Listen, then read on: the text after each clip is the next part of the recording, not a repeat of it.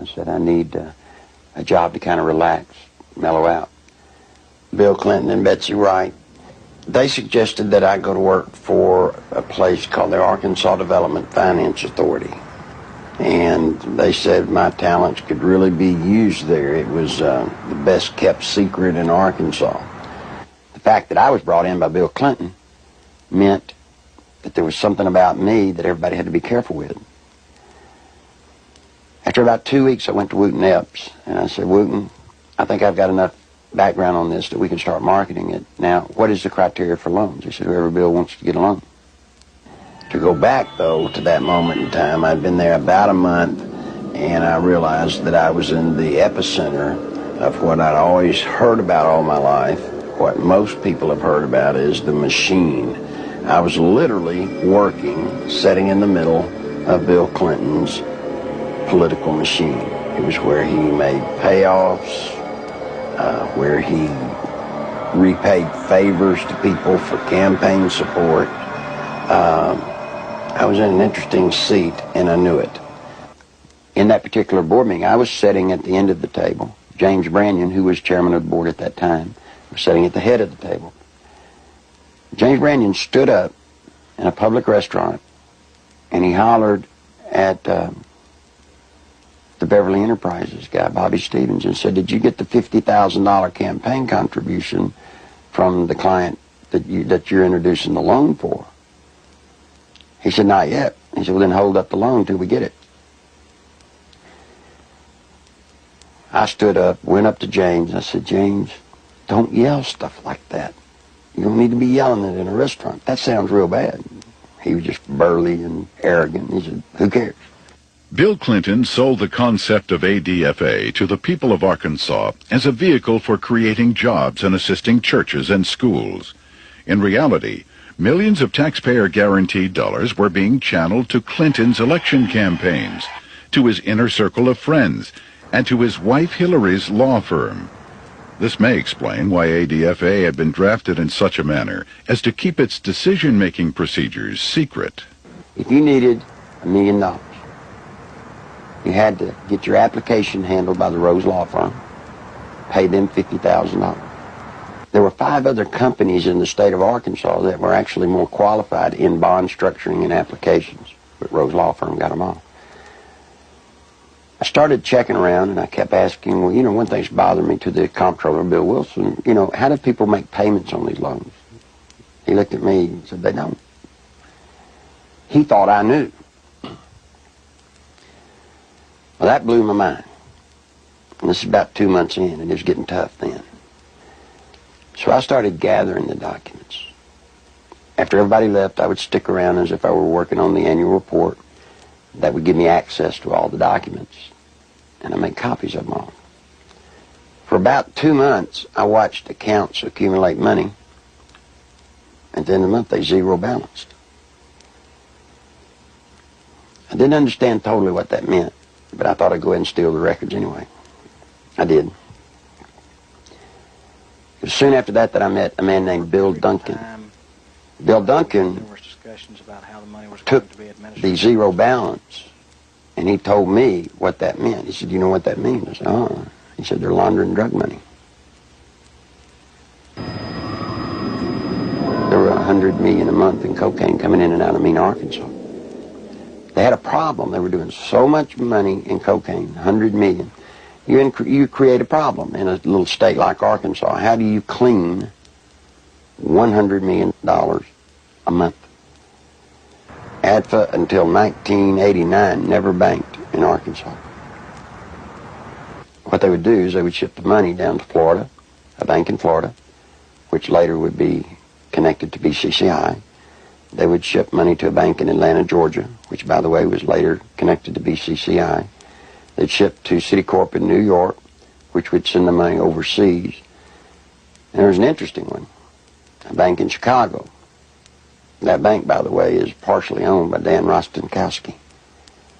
Dan Lassiter would get the bonds. He would become the broker for the bonds. He would transfer money back to ADFA. He never sold a bond. The money then would leave ADFA, go into one of the various banks for the specific bond loan, and they would zero it out. When they zeroed it out, they were giving it back to Lester, less their handling fees. Your president, the President of the United States, not only was a part of a system that was laundering millions of cocaine dollars, your president signed off on it. He can't deny that he did. You see, because of that, there's one little catch. Every loan that ADFA made, Bill Clinton himself had to sign off on it. More than Bill Clinton, you better identify the people in the loop of the drug running. You better identify the people in the loop for money laundering. And what you'll find there is those people go straight to Washington. Act 1062, if you look at it, it says that ADFA was developed and created to provide low-interest bond loans for churches, schools, colleges. So now look what happened to our legislature. They voted on a bill creating ADFA, thinking that they were getting money to colleges and schools to buy books and so forth. What better way to run thousands of, tens of millions of dollars, launder it, clean it up, and use the cover of a state agency to do it. The first loan made at ADFA was made to Parkometer, a company called Parkometer. Seth Ward was the owner. As I started looking, I found out that the Secretary-Treasurer was Webb Hubbell. Then I found out Webb Hubbell was Seth Ward's son-in-law. Guess who drafted the legislation creating Act 1062, which created the Arkansas Development Finance Authority? Webb Hubbell. Guess who introduced the legislation to our legislators and got it passed through our House? Webb Hubbell. Guess who got the first loan? Webb Hubbell. Imagine this. Guess who did the audit and the evaluation of the application? Rose Law Firm. You guessed it. Who signed it? Webb Hubbell, Hillary Clinton. You see, that's against the law in Arkansas. You can't investigate yourself when the good faith and credit of the state of Arkansas is involved in a bond issue. He broke the law. Good Lord willing, creek don't rise. Mr. Hubbell will be serving some time in the pen for that one. Ironically, Webb Hubbell, a senior partner at the Rose Law Firm, was chairman of the Conflicts of Interest Committee at Rose.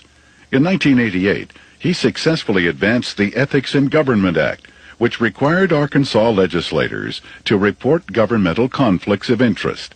Incredibly, this law specifically exempted Governor Bill Clinton, his appointees, and his relatives.